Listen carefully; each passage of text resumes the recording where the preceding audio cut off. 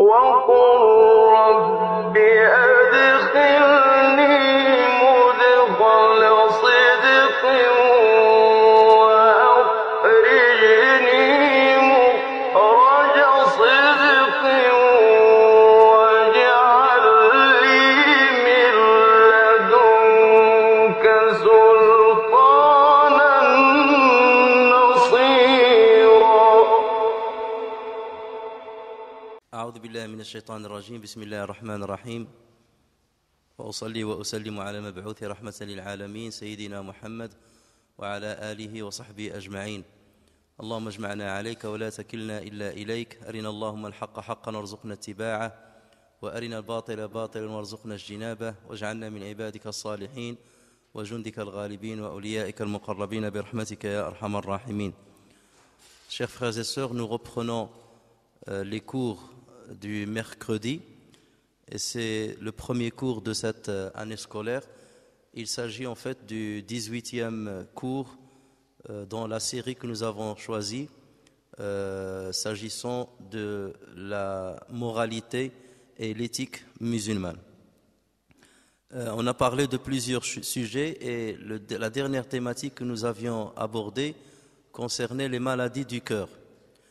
Et dans ces maladies-là, on a passé en revue l'ostentation, qui est une grande maladie qui touche les musulmans et qui, quelque part, détruit toute leur religion et toutes les bonnes œuvres qu'ils accomplissent à l'endroit d'Allah Azza wa Jal. Nous avions parlé aussi de la jalousie, qui représente un mal du cœur et une maladie du cœur, et qui fait que les gens ne peuvent pas s'épanouir dans leur adoration tant qu'ils voient ceux qui sont meilleurs qu'eux dans différents domaines. Et aujourd'hui, nous allons aborder une troisième maladie parmi ces maladies qui touchent de plein fouet une grande partie des musulmans, sans parler bien entendu de ceux qui ne croient pas en Allah tabaraka wa ta'ala. Et il s'agit de l'amour de la vie terrestre, l'amour de l'ici-bas et le faux espoir, le faux espoir. Alors on vous a annoncé un autre titre, mais on va le différer pour la semaine prochaine, Inch'Allah, puisqu'il fallait passer déjà par ce thème-là d'aujourd'hui avant d'aborder le thème de l'avarice. Alors, comme vous le savez, un nombre très important des textes coraniques et des textes prophétiques parlent de la réalité de la vie. Allah Azza wa Jal ne cesse de nous montrer ce qu'est la vraie définition de la vie et la bonne réalité de la vie. Il s'agit d'une vie passagère, il s'agit d'un moment que l'être humain passe sur cette terre pour un moment bien déterminé. Elle a un caractère, comme nous le savons tous, un caractère éphémère, mais malheureusement ce caractère éphémère ne justifie pas l'attachement que nous avons pour cette vie, au point de penser ou d'espérer que nous allons y vivre éternellement. Lorsqu'on voit comment les gens s'attachent à la vie, courent derrière la vie, on se dit qu'ils ne vont jamais trouver la mort dans leur chemin, ou on dirait qu'ils vont vivre très très longtemps, des siècles et des siècles. Or, ce n'est pas du tout la réalité de notre existence. Le prophète sallallahu alayhi wa sallam dit une belle sagesse qui résume un petit peu le rapport qu'a le musulman avec la vie, le rapport qu'a le non-musulman, le croyant avec la vie et le non-croyant avec la vie. Ou bien le bon croyant, le rapport qu'a le bon croyant avec la vie et le mauvais croyant ou le non-croyant avec la vie, en disant « Ad-dunya sijnul mu'min wa jannatul kafir ». L'ici-bas, c'est la prison du croyant. L'ici-bas, c'est la prison du croyant et le paradis du non-croyant. Et cette phrase-là résume tout. L'ici-bas, c'est la prison du croyant. Pourquoi? Parce qu'il ne s'élance pas. Il ne peut pas assouvir tous ses espoirs. Ses espoirs sont attachés à l'au-delà. Ce qu'il cherche se trouve dans l'au-delà. La vraie jouissance derrière laquelle il court, c'est la jouissance de l'au-delà. Or, tant qu'il est sur cette terre-là, il ne peut pas accéder à cette jouissance. Et c'est pour cela qu'il considère que la vie de l'ici-bas est une prison, de laquelle il espère se libérer pour enfin retrouver Dieu, pour enfin retrouver ce qu'Allah Azza wa Jalla lui a apprêté, pour enfin trouver la vie éternelle. En revanche, le non-croyant ou celui dont la foi est faible, la foi en Allah Azza wa Jalla est faible, la vie pour lui, la vie de l'ici-bas, c'est son paradis. La vie pour lui, c'est son paradis. Dans un autre hadith, le prophète sallallahu alayhi wa sallam dit Ad-dunya mal'unatun, mal'unun ma fiha. La vie de l'ici-bas est maudite et tout ce qui s'y trouve est maudit. Illa dhikrullah, sauf la mention d'Allah Azza wa Jal. Et dans le dhikr, il y a toutes les adorations et les observances religieuses que nous accomplissons. Illa dhikrullahi wa man walah, aw alimun wa muta'allim. Donc les seules choses qui ne sont pas maudites dans cette terre-là ou dans cette vie de l'ici-bas, c'est seulement la mention de Dieu et ce qui s'y rapproche. À travers ce qui s'y rapproche, ça veut dire tous les actes religieux, toutes les bonnes œuvres par lesquelles on se rapproche d'Allah Azza wa Jal et qu'on accomplit pour la face d'Allah Azza wa Jal. Et ensuite il a dit wa alim aw alim wa muta'allim, ou bien un savant ou un étudiant, c'est-à-dire quelqu'un qui est en quête du savoir. Pourquoi? Parce que le savant détecte la vraie réalité de la vie et transmet ce qu'il a détecté à ceux qui sont en quête du savoir. Voilà les seules choses qui ne sont pas quelque part maudites dans cette vie. Le prophète sallallahu alayhi wa sallam a dit aussi Man ahabba dunyah adarra bi akhiratihi wa man ahabba akhiratahu adarra bi dunyah fa'athiru ma yabqa ala ma la yabqa. Celui qui aime sa vie d'ici-bas nuira à sa vie de l'au-delà. Et c'est normal, parce qu'il y a forcément une opposition entre les deux. Celui qui s'attache, qui aime, mais un amour, là on parle d'un amour farouche, aveuglant. Celui qui aime l'ici-bas nuira à sa vie de l'au-delà. Autrement dit, il va nuire à sa religiosité. Il ne va pas accomplir les préceptes de sa religion comme Allah Azza wa Jal le veut. Et celui qui aime l'au-delà va nuire à sa vie de l'ici-bas. Ça veut dire qu'il ne peut pas satisfaire tout ce à quoi il aspire dans l'ici-bas. Il sera limité dans l'ici-bas, donc forcément il va nuire à l'ici-bas. Mais donc d'une manière ou d'une autre, il y a un problème. C'est-à-dire on ne peut pas facilement acquérir les deux. Tout ce que nous espérons dans l'ici-bas et tout ce que nous espérons dans l'au-delà. Et voilà pourquoi le prophète sallallahu alayhi wa sallam a dit donc privilégiez ce qui perdure plutôt que ce qui s'arrête, que ce qui est éphémère. Ça veut dire s'il faut aimer, dans ce cas, aimer l'au-delà et non pas l'ici-bas. On rapporte que Isa alayhi salam a dit ne prenez pas l'ici-bas pour Seigneur, ne prenez pas l'ici-bas pour Seigneur, sinon il vous prendra comme esclave. Ne prenez pas l'ici-bas comme Seigneur, sinon il vous prendrait pour esclave.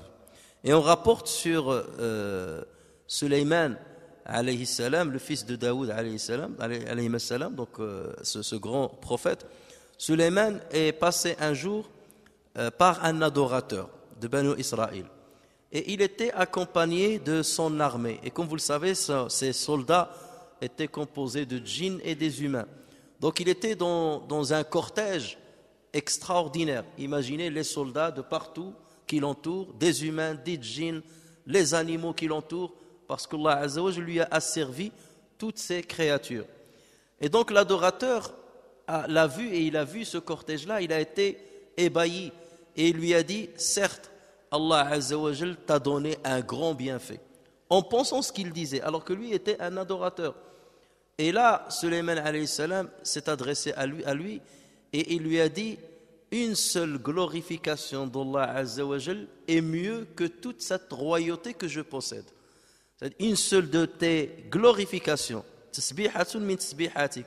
C'est-à-dire que tu n'as pas à m'envier sur ce que j'ai, une seule des glorifications que tu accomplis est mieux que toute la royauté que j'ai. Parce que ma royauté va périr alors que ta glorification va continuer, va être préservée, va être protégée et te servira dans l'au-delà. Tout ceci vous montre que Sulayman alayhi salam avait la royauté dans la main et non pas dans son cœur. Jamais il n'était orgueilleux, jamais il ne s'est enflé d'orgueil, jamais il n'a considéré qu'il était au-dessus des autres. Il savait que c'est quelque chose qui est éphémère. Allah Azza wa Jal lui a asservi ces choses-là donc il l'utilisait pour le bien-être des autres. Le prophète Mohammed sallallahu alayhi wa sallam dissuadait à chaque fois les compagnons de s'attacher trop aux choses matérialistes.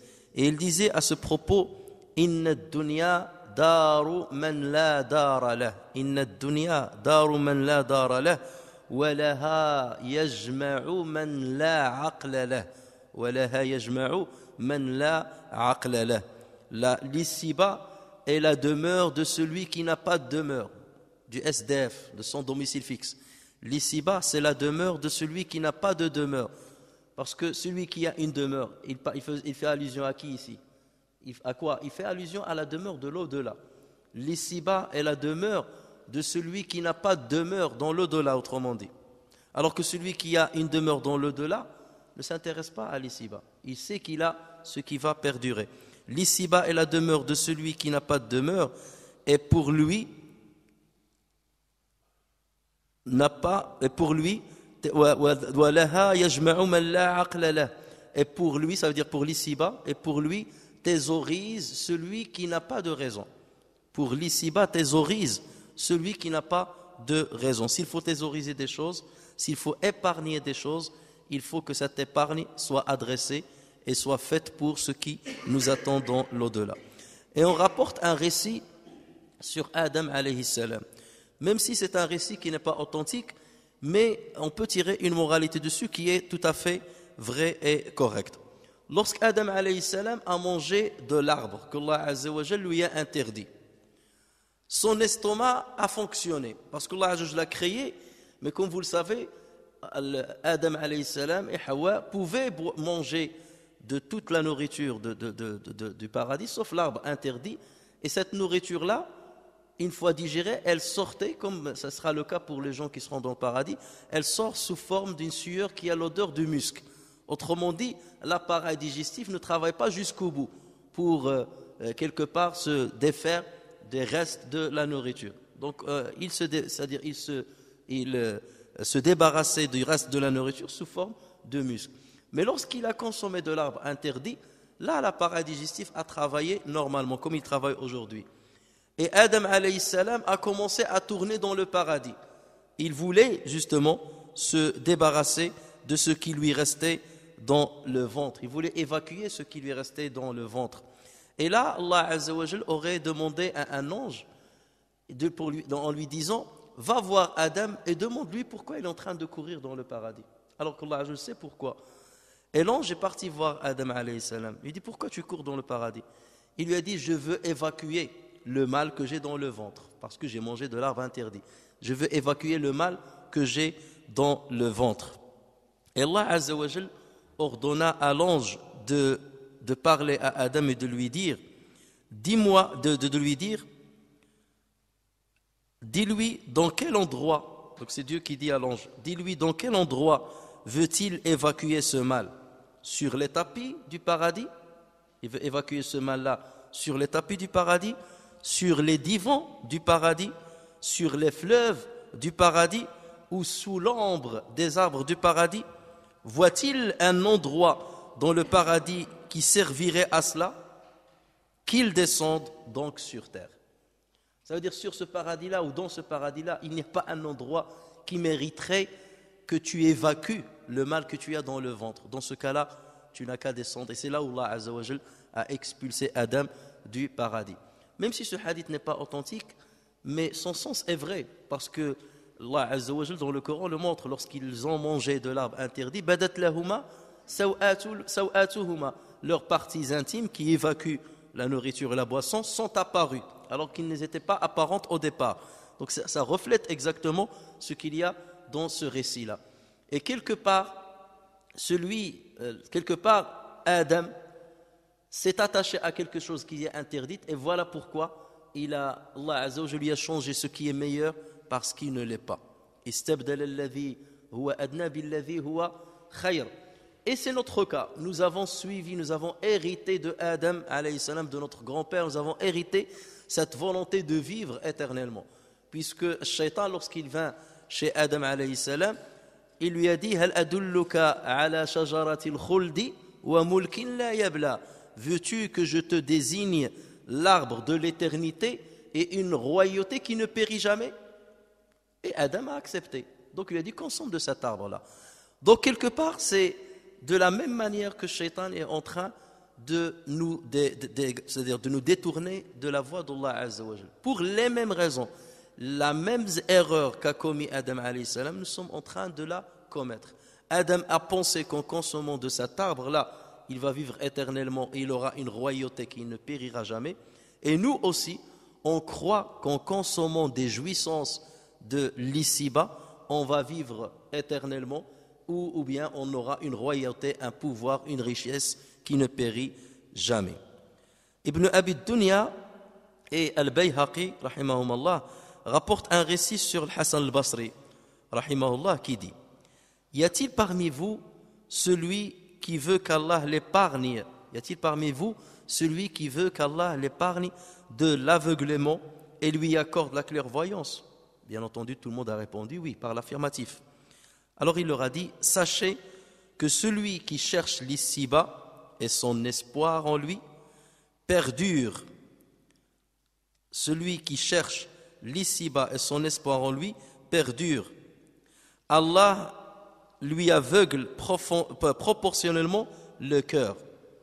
Donc celui qui cherche l'ici-bas et son espoir en lui, ça veut dire son espoir en l'ici-bas perdure, Allah Azza wa Jal lui aveugle proportionnellement le cœur. Plus tu t'attaches à l'ici-bas, plus tu y mets de l'espoir, plus Allah Azza wa Jal t'aveugle. Quant à celui qui se dépouille de l'ici-bas et restreint son espoir dessus, Allah Azza wa Jal lui accorde un savoir sans apprentissage. Autrement dit, une sagesse dans le cœur. Yu'til hikmata man yasha. Celui qui veut avoir la sagesse, elle ne s'acquiert pas par la lecture ou par l'amassement des informations ou la recherche des informations. Non, non. Elle vient d'Allah Azza wa Jal. Et ceci n'est donné qu'à celui qui le mérite. Et pour le mériter, justement, il faut se dépouiller de la vie de l'ici-bas. Allah lui accorde un avoir sans apprentissage et une guidance sans recherche. Ça veut dire qu'il n'a pas à courir derrière la guidance. Allah Azza wa Jal l'oriente vers la guidance d'une manière directe. Ensuite, il dit: sachez qu'il y aura après vous des gens dont le pouvoir ne s'installe qu'avec l'assassinat et le despotisme. Et d'ailleurs, il y a certains qui disent que Hassan al-Basri, en rapportant ces paroles-là, il les rapporte sur le prophète sallallahu alayhi wa sallam. C'est pour ça que certains considèrent que ce hadith-là est mursal. Ça veut dire Hassan al-Basri le rapporte sur le prophète sallallahu alayhi wa sallam, mais entre Hassan al-Basri, c'est un tabi'i, entre Hassan al-Basri et le prophète sallallahu alayhi wa sallam, le compagnon duquel il aurait entendu ces paroles-là n'a pas été cité. Donc sachez il se peut que ce soit le prophète qui disait ce hadith. Sachez qu'il y aura après vous des gens dont le pouvoir ne s'installe qu'avec l'assassinat et le despotisme. C'est ce que nous voyons aujourd'hui. La Syrie en est un bon exemple. L'assassinat et le despotisme. Et dont la richesse ne s'obtient qu'avec l'orgueil et l'avarice. Et dont le respect ne se gagne qu'avec l'attachement à la passion. Celui parmi vous qui atteint cette époque, et c'est notre cas, celui parmi vous qui atteint cette époque en supportant la pauvreté alors qu'il peut devenir riche, la haine alors qu'il peut être aimé, l'humiliation alors qu'il peut être privilégié, en ne cherchant par cela que la face d'Allah, Allah lui donne la récompense accordée à 50 véridiques. Donc celui parmi vous qui atteint cette époque, et nous en faisons partie, et qui quelque part patiente et accepte la pauvreté alors qu'il peut être riche. Nous savons très bien que pour atteindre la richesse, c'est facile.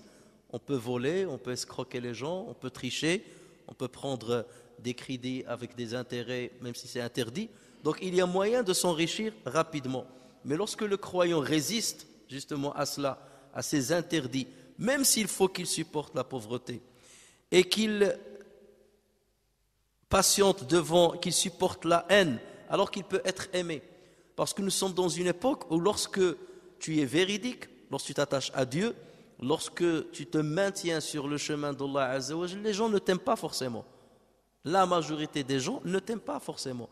Et nous le voyons aujourd'hui, les bons musulmans pratiquants, les bonnes musulmanes pratiquantes sont haïs aujourd'hui par une grande partie de la société. Donc si nous sommes dans ce cas-là, il faut patienter. Alors que c'est facile d'être aimé. Il suffit, si tu veux être aimé, demain, de commencer quelque part à dénaturer le message de l'islam, à autoriser ce qui est interdit, à interdire ce qui est autorisé.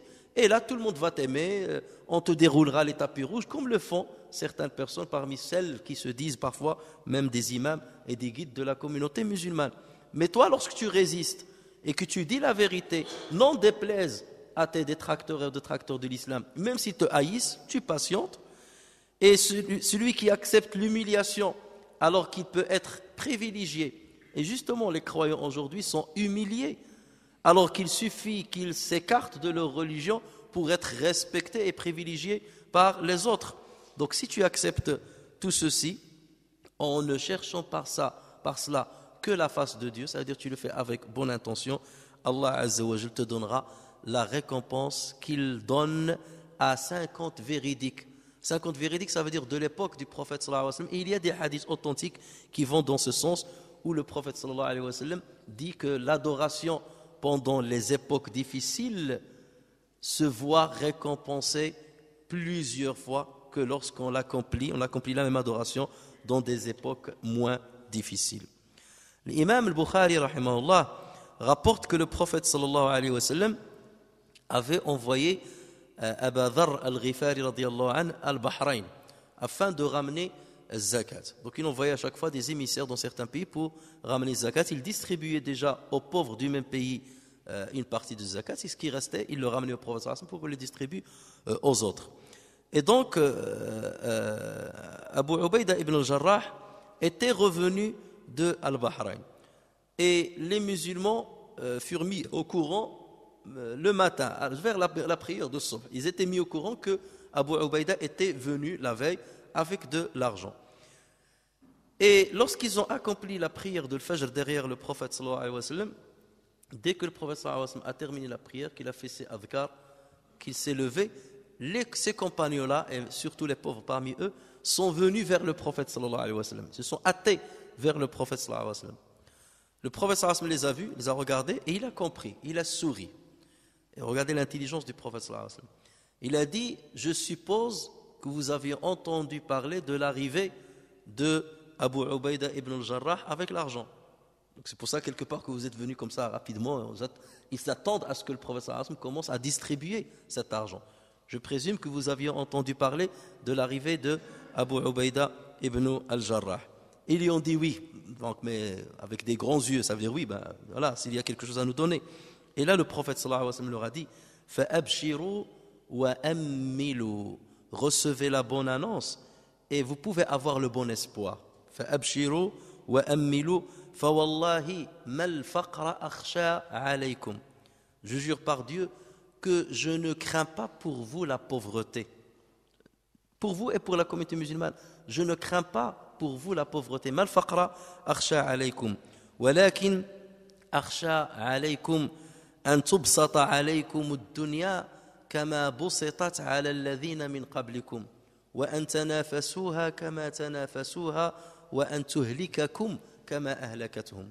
Donc il a dit, ce que je crains le plus pour vous, c'est que les jouissances de l'ici-bas s'étalent entre vos mains, comme elles se sont étalées à ceux qui vous ont précédés, et que vous alliez concourir derrière ces jouissances-là et courir derrière ces jouissances comme ceux qui vous ont précédés ont exactement fait, et que ces jouissances-là finiront par vous faire périr comme ils ont fait périr ceux qui vous ont précédés.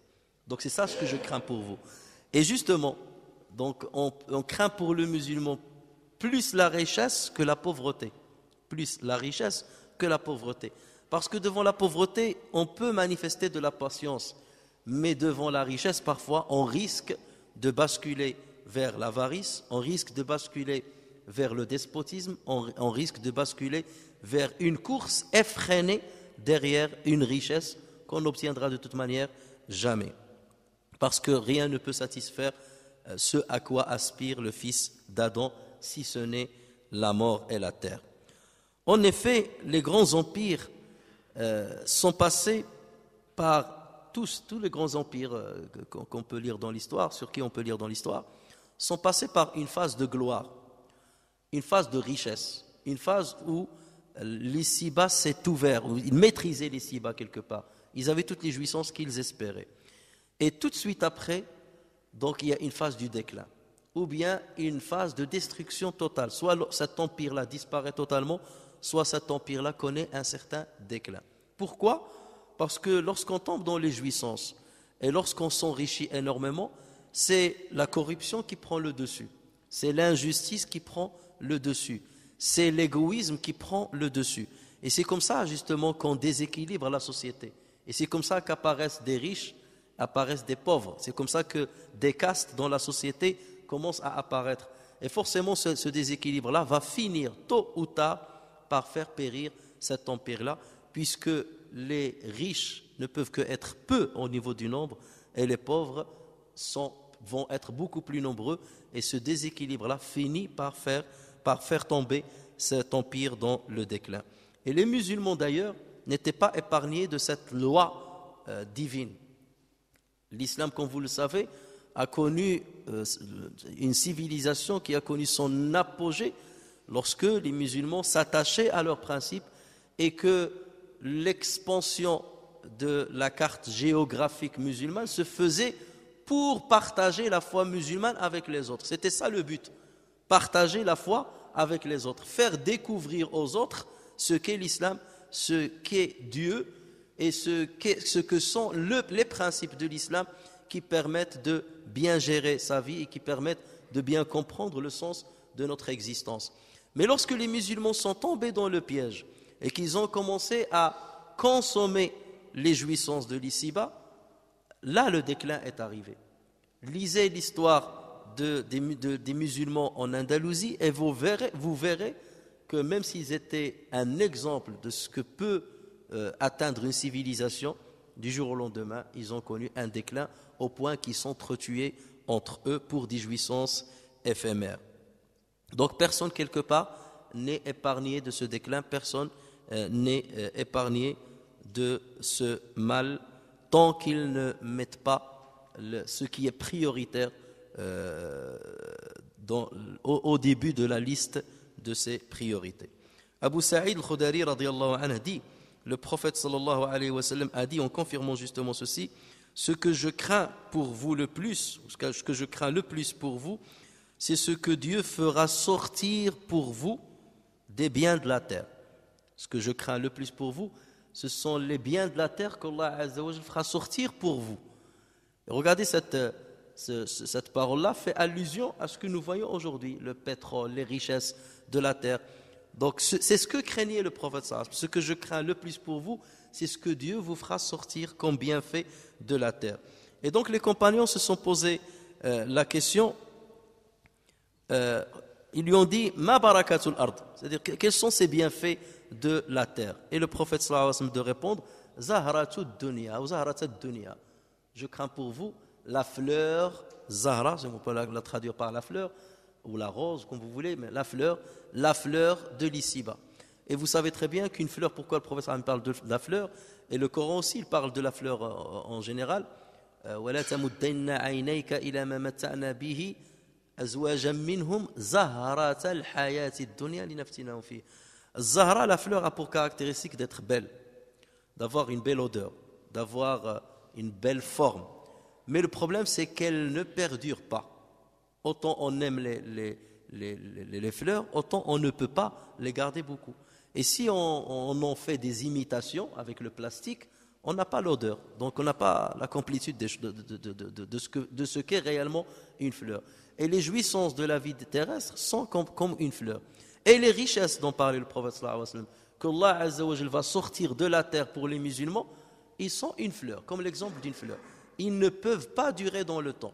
Et déjà d'ailleurs, lorsqu'on parle du pétrole, du gaz, des richesses qui ont rendu certains pays de bédouins, les ont rendus les plus riches du monde, ce sont des richesses qui sont éphémères. Et on commence déjà à parler de l'après-pétrole, de l'après-gaz. C'est dire que ce qu'a dit le prophète sallallahu alayhi wa sallam est vrai, et ce n'est pas pour autant que ceux qui avaient ces richesses-là les ont utilisées toujours à bon escient pour l'intérêt général des musulmans et de l'islam. Et voilà pourquoi Allah Azza wa Jal finira par transformer ce qui était un bienfait en un malfait qui fera périr ce genre de personnes. Et ce hadith-là que je vous viens de citer était rapporté aussi par Al-Bukhari rahimahullah. Et Omar ibn Khattab était lucide quant à ce fait-là, et c'est pour cela qu'il interdisait aux grands compagnons du prophète sallallahu alayhi wa sallam de résider à l'extérieur de Médine. Omar ibn Khattab avait peur. Il disait maintenant l'islam est en train de se propager, l'islam est en train d'entrer dans des contrées qui sont riches, où il y a beaucoup de biens, où il y a beaucoup de jouissances, où il y a beaucoup de biens matériels, et je crains que cette poignée de compagnons qui sont les élèves directs du prophète sallallahu alayhi wa sallam, qui détiennent les principes fondamentaux de l'islam, qui ont bien le mieux comprendre, qui sont les meilleurs à avoir compris bien comme il le faut le message de l'islam, je crains qu'ils tombent dans ce piège-là, de s'attacher à la vie. Et c'est pour cela qu'il leur a interdit de quitter Médine. Il voulait qu'ils soient sous son regard, sous son contrôle. Et c'est à l'époque de Uthman ibn Affan que beaucoup de grands compagnons ont commencé à s'éparpiller dans le monde, dans les contrées qui sont rentrées dans l'islam. Mais Omar ibn Khattab, il voulait préserver quelque part ce noyau qui possédait l'essence de la religion, qui comprenait l'essence de la religion, pour que les musulmans puissent tirer profit de leur connaissance. Et si aujourd'hui, les savants, les guides, les imams et ainsi de suite tombent justement dans ces pièges-là, de tomber dans le haram, de s'aveugler devant la vie, de courir derrière l'argent en oubliant les principes fondamentaux de leur religion, comment ceux qui les utilisent comme guide ou comme exemple vont-ils rester sur le droit chemin? Forcément, ils ne peuvent que les suivre.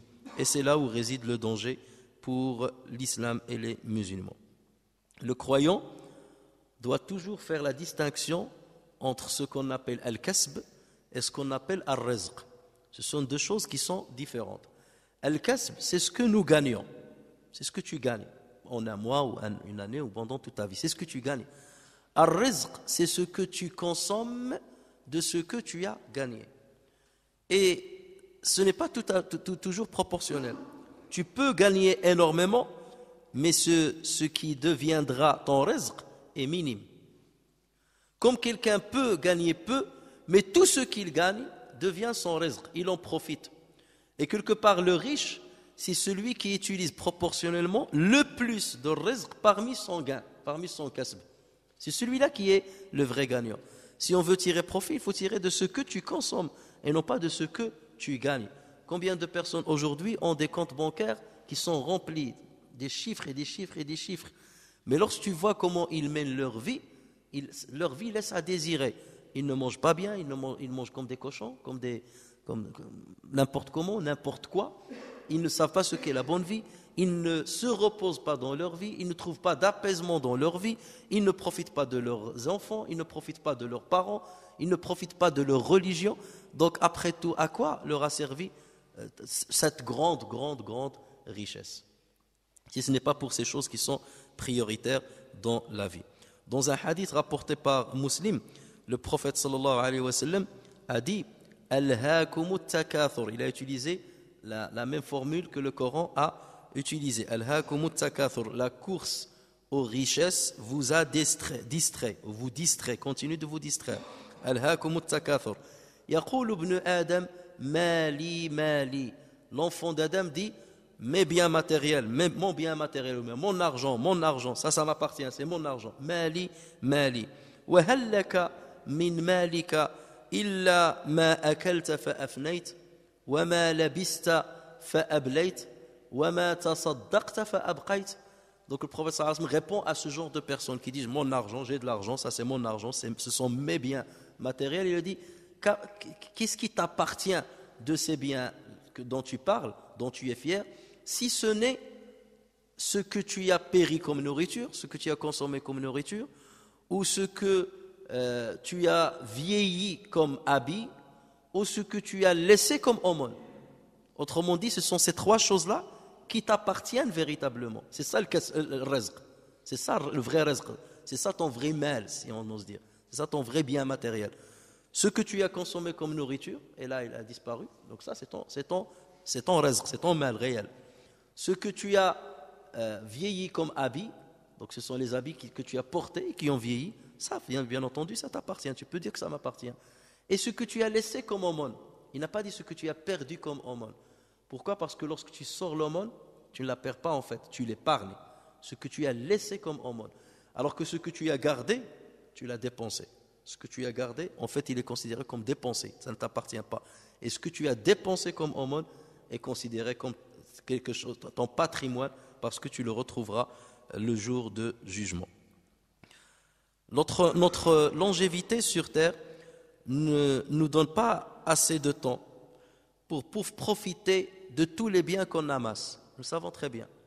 On thésaurise l'argent, on cumule l'argent, mais on voit l'âge qui avance et on voit la mort qui se rapproche. Et à un moment, on se dit, mais zut, cet argent-là, il ne va pas me servir de toute façon. Même si je le consomme, et on le voit, et on le voit. Et soi-disant pour assurer une certaine sécurité, on court aveuglément et de manière effrénée derrière l'amassement de l'argent, la thésaurisation de l'argent, alors qu'on sait pertinemment que la longévité que nous avons sur cette terre-là ne va pas nous permettre de tout consommer et de profiter de tout. Et le pire, c'est que plus le gain est grand, plus que le risque de tomber dans le haram est grand. Plus tu gagnes trop, plus tu as un risque de tomber dans le haram. Pourquoi? Parce que ton appétit pour l'argent va augmenter. Ce n'est pas parce qu'on gagne l'argent que l'appétit pour l'argent diminue. Normalement, c'est comme ça que ça doit se faire. Tu as gagné, donc l'appétit doit diminuer. Tu as mangé, l'appétit diminue. Mais concernant l'argent, c'est l'inverse qui arrive. Plus tu gagnes, plus l'appétit grandit. Et plus l'appétit grandit, plus Shaitan te maîtrise. Et plus Shaitan risque de te faire basculer vers ce qui est haram. Mentir, tricher, toucher de l'argent sale, ou c'est-à-dire l'acquérir d'une manière qui est sale. Et au mieux, tomber dans l'avarice. Voilà. Au mieux, à supposer que tu ne t'es pas tombé dans le haram, tu tiens cet argent-là, tu ne veux pas le lâcher, et là tu deviens un avare. Et l'avarice, c'est une maladie du cœur. C'est une maladie qui ne convient pas à quelqu'un qui veut s'élancer vers Allah Azza wa Jal. Pourquoi? Parce qu'elle c'est un obstacle. Elle le plombe. Elle plombe sa lancée vers Allah Azza wa Jal. On en parlera, Inch'Allah, la semaine prochaine. On rapporte que Isa alayhi salam disait à ses apôtres: Ya ma'shara al-hawariyin, irdu bidani ad-dunya ma'a salamati ad-din. Irdu bidani ad-dunya ma'a salamati ad-din, kama radiya ahlu ad-dunya bidani ad-din ma'a salamati ad-dunya. Donc il disait: ô mes apôtres, contentez-vous d'un minimum de l'ici-bas avec une religiosité saine.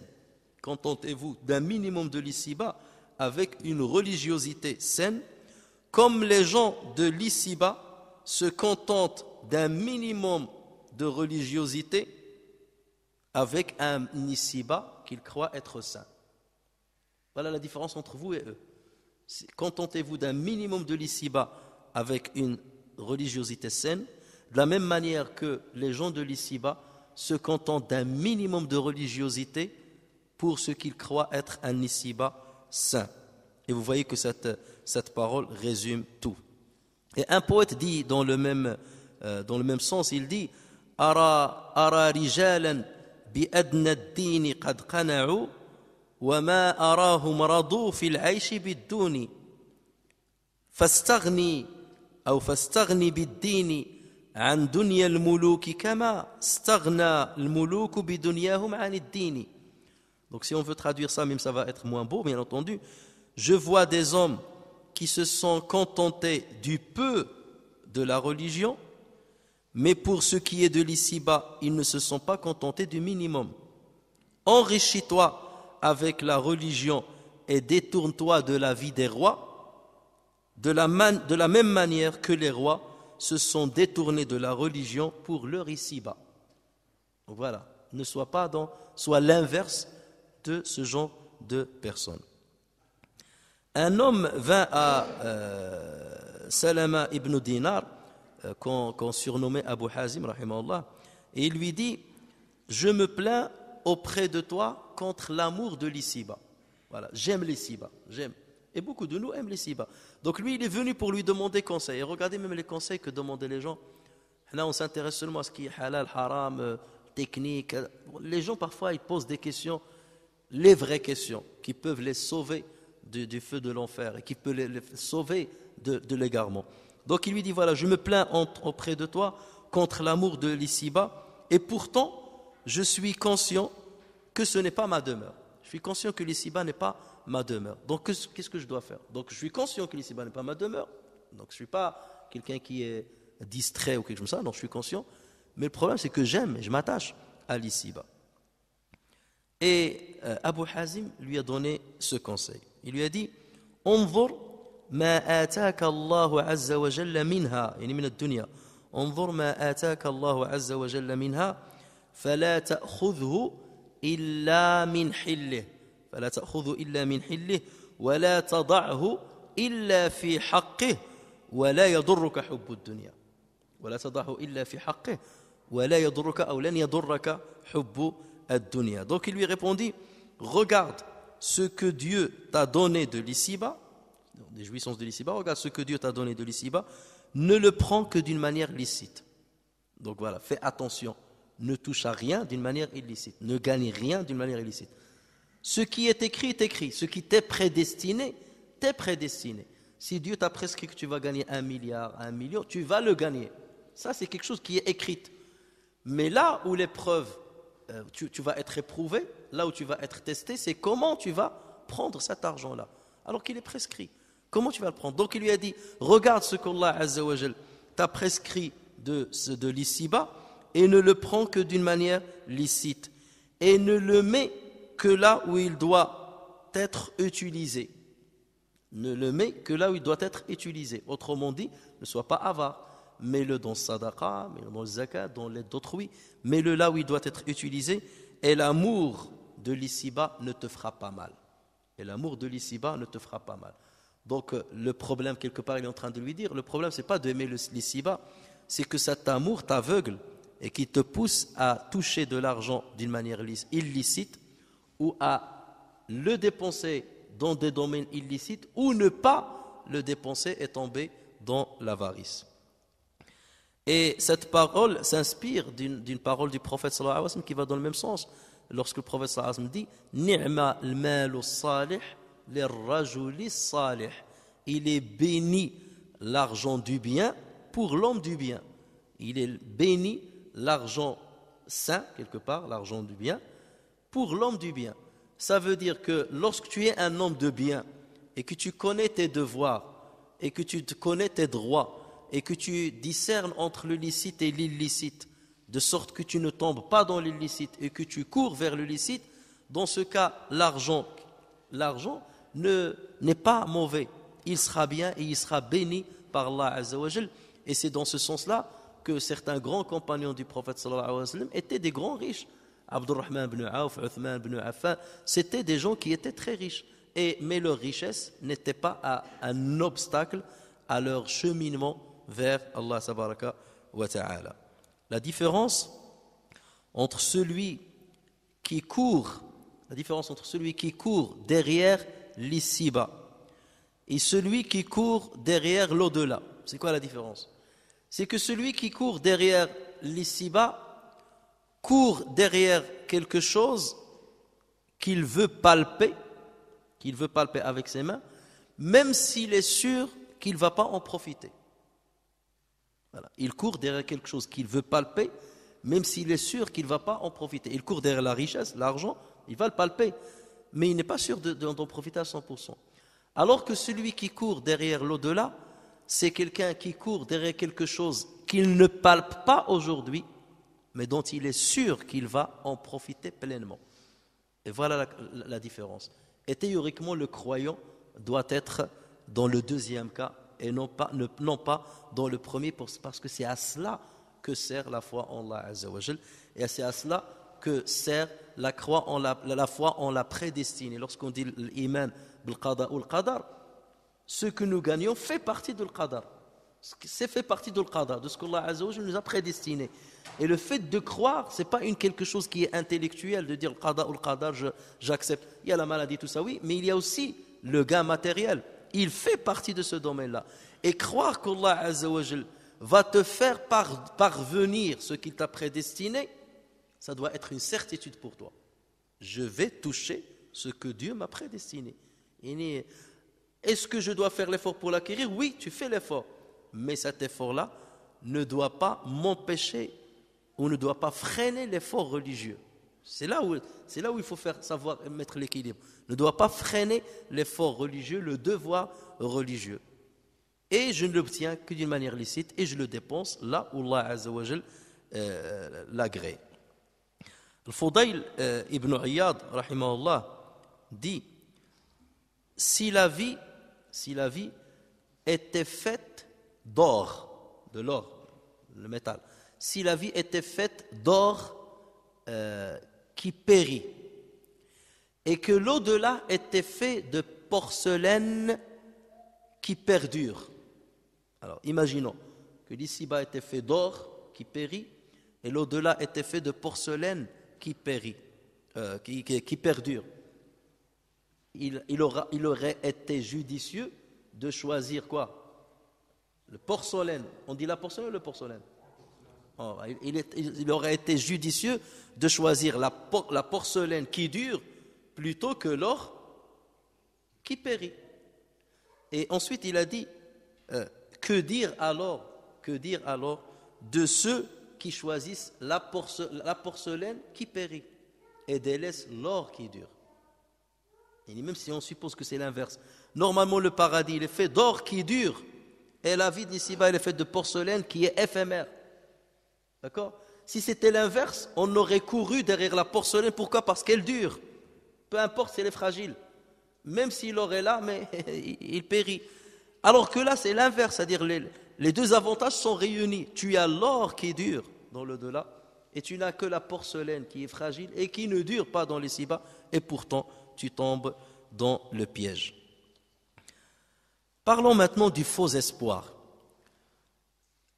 Tout le monde, le monde entier, sait que la mort est une vérité.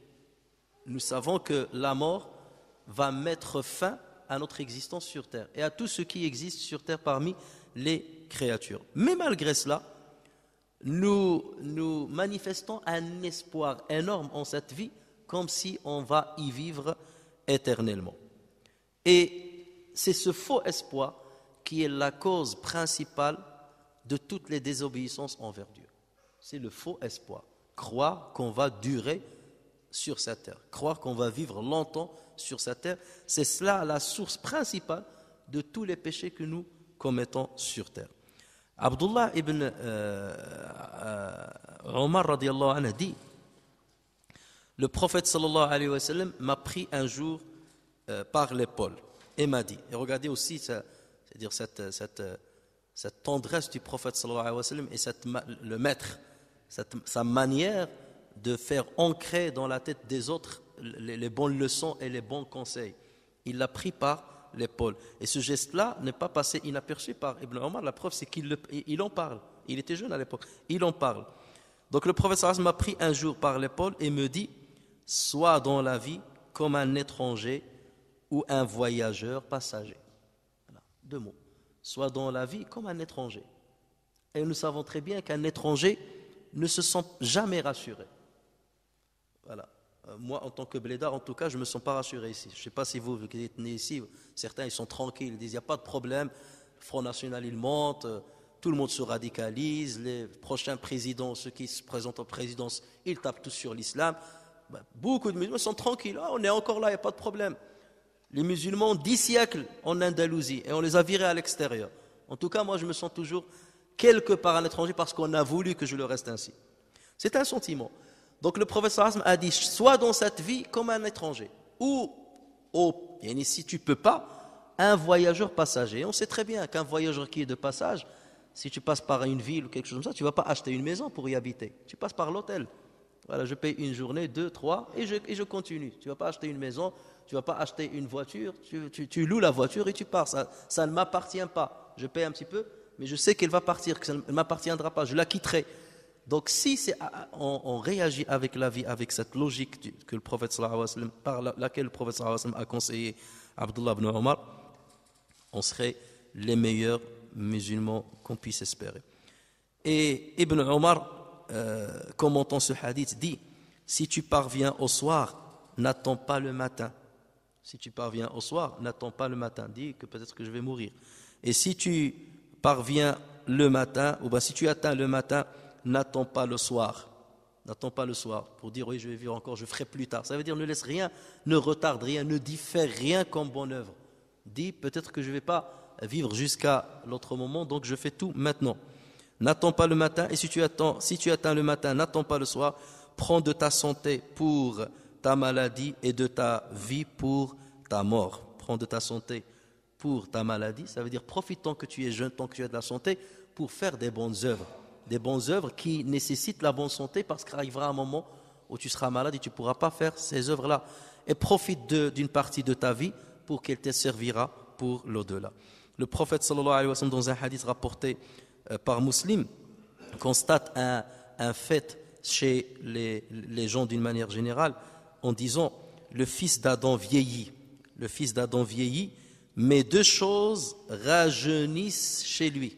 Le fils d'Adam vieillit, mais deux choses rajeunissent. Tout vieillit. Les cheveux deviennent blancs, le dos vieillit, les ossements vieillissent, mais il y a deux choses qui rajeunissent. Le fils d'Adam vieillit, mais deux choses rajeunissent en lui. La cupidité de l'argent, je veux l'argent, et la cupidité de la grande longévité, le faux espoir, je veux vivre longtemps.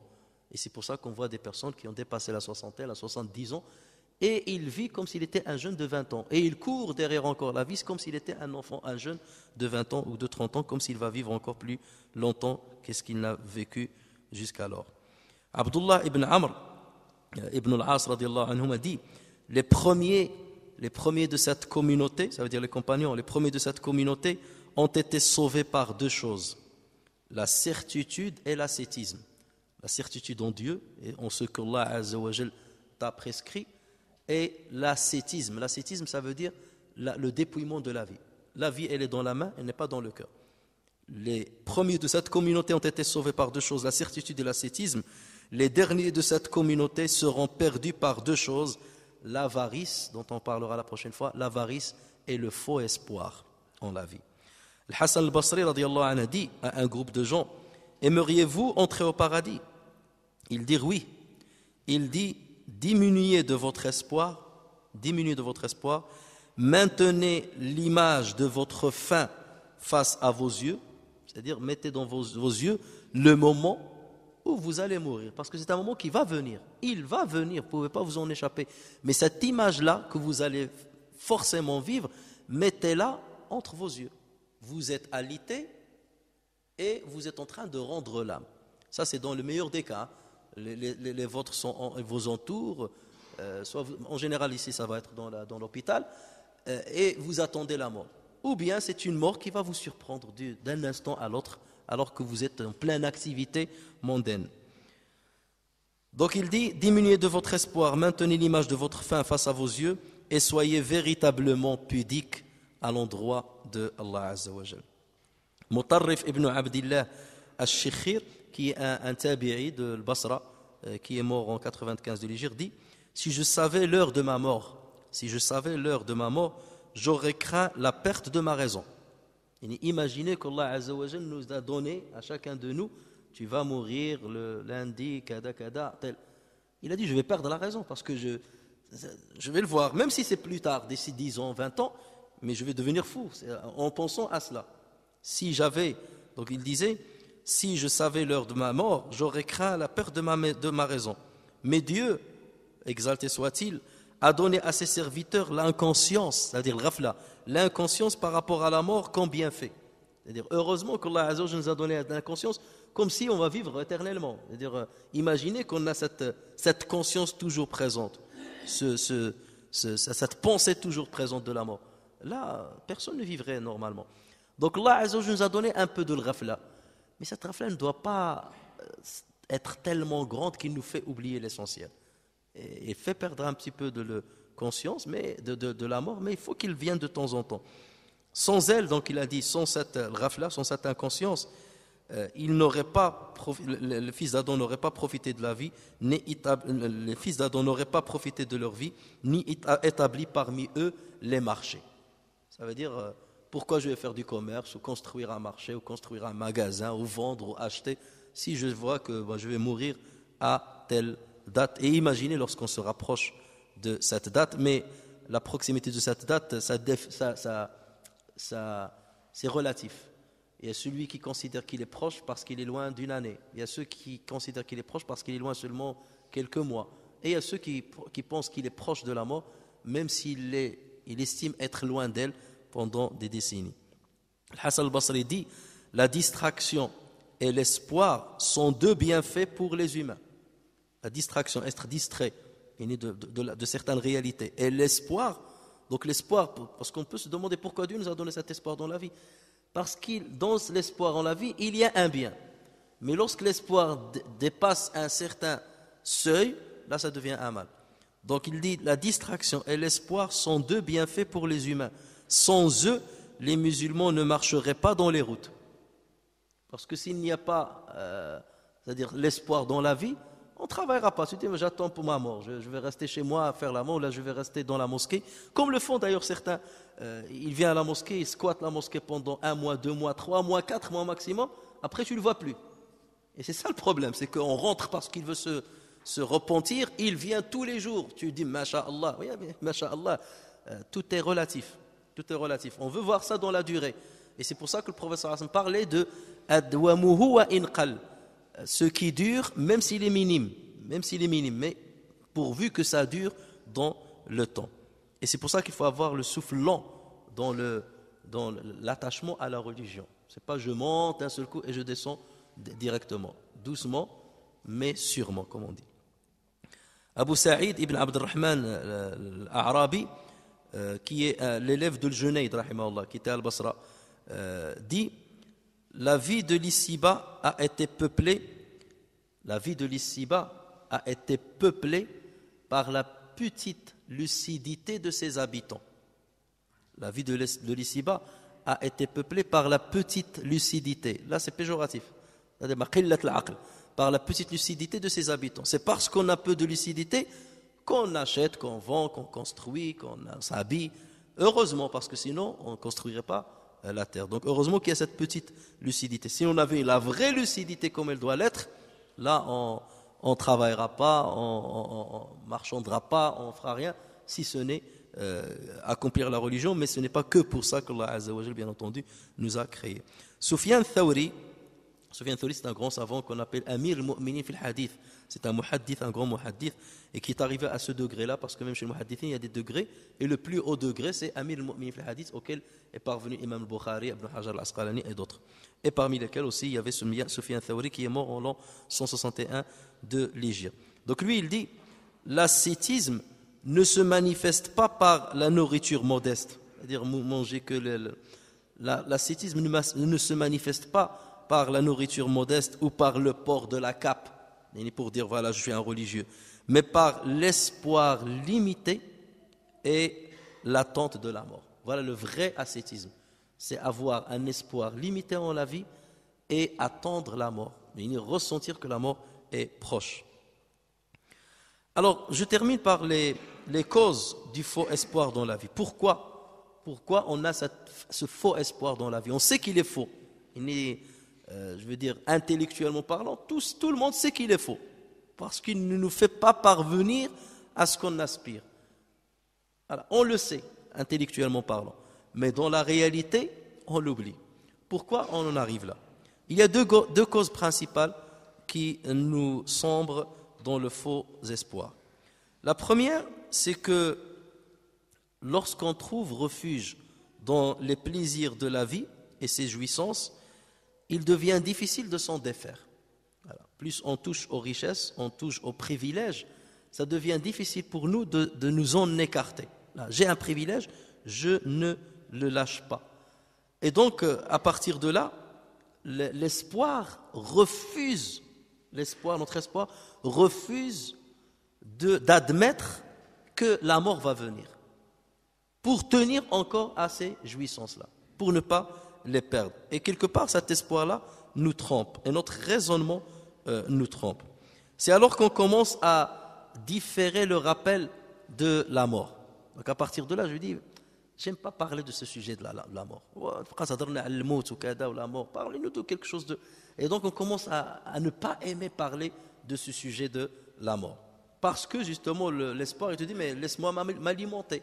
Si tu parles de la mort, c'est un poison pour moi, tu me tues.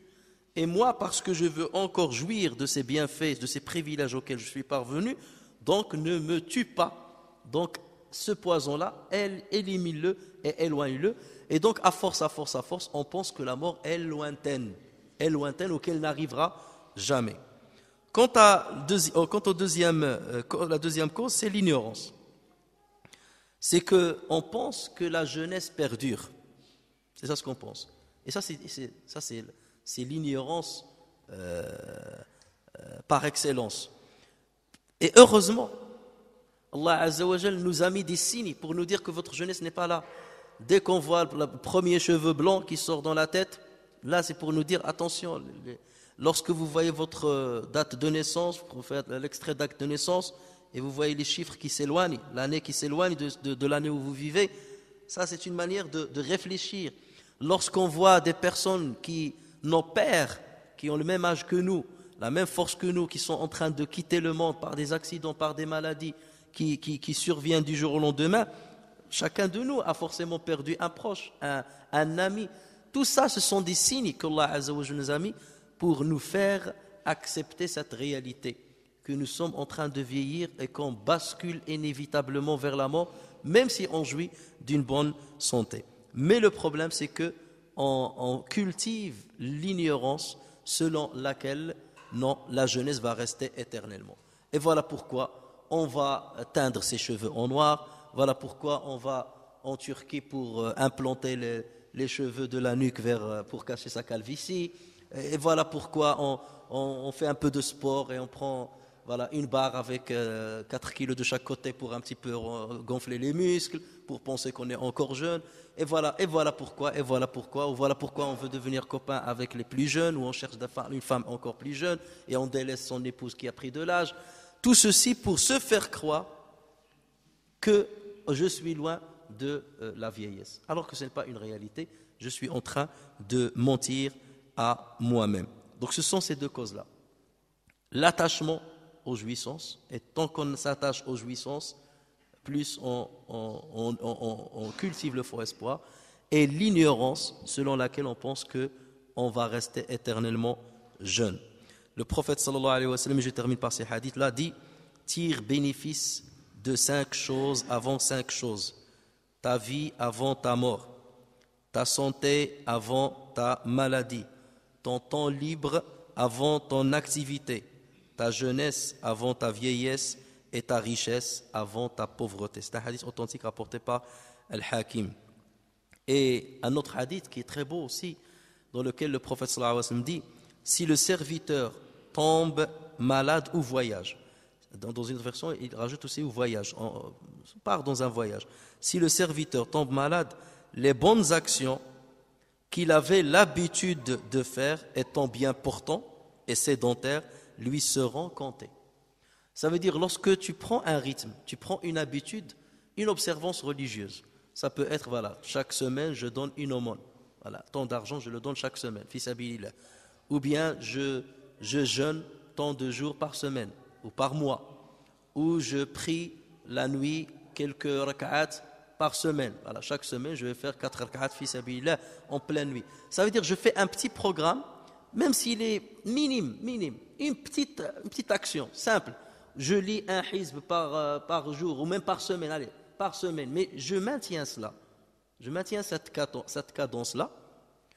Le jour où je tombe malade et que je ne peux pas faire ce que je faisais, ou le jour où je voyage et que je ne peux pas faire ce que je faisais habituellement, Allah Azza wa Jal continue de me donner des hasanat, comme si je suis encore bien portant. Imaginez quelqu'un qui, en étant jeune, et profitez de votre jeunesse, qui jeûne 1 fois par semaine, 2 fois par semaine. Et à partir d'un certain âge, il a le diabète, la qaddarallah, ou il a une autre maladie. Il ne peut même pas jeûner, même pas le ramadan. Imaginez que le compteur des hasanats continue de tourner Pourquoi? Parce qu'il a pris l'habitude lorsqu'il était jeune de jeûner tel jour ou tel jour. Allah Azza wa Jal continue de lui donner la même récompense même s'il est malade ou même s'il est en voyage. Vous partez en vacances l'été, vous aviez un programme que vous respectiez lorsque vous étiez sédentaire. Allah Azza wa Jal continue de vous donner la même récompense comme si vous faisiez ce travail-là alors que vous êtes au repos. Mais ceci, on ne peut l'obtenir que lorsqu'on précipite maintenant, lorsqu'on accomplit cet acte maintenant. Il ne faut pas attendre que la maladie arrive. Je dis, maintenant je vais commencer mon programme, ça sera trop tard et on ne rentre pas dans cette catégorie. Et c'est pour ça que le professeur me disait, deux bienfaits, deux bienfaits pour lesquels la majorité des gens sont dupés. La bonne santé et le temps libre. Voilà. Tu as la bonne santé, tu ne profites pas. Tu as du temps libre, ce n'est pas le temps libre, du temps libre et tu le trouveras toujours. On a toujours le temps libre d'écrire des messages et ainsi de suite. Tu as le temps libre mais tu ne profites pas assez.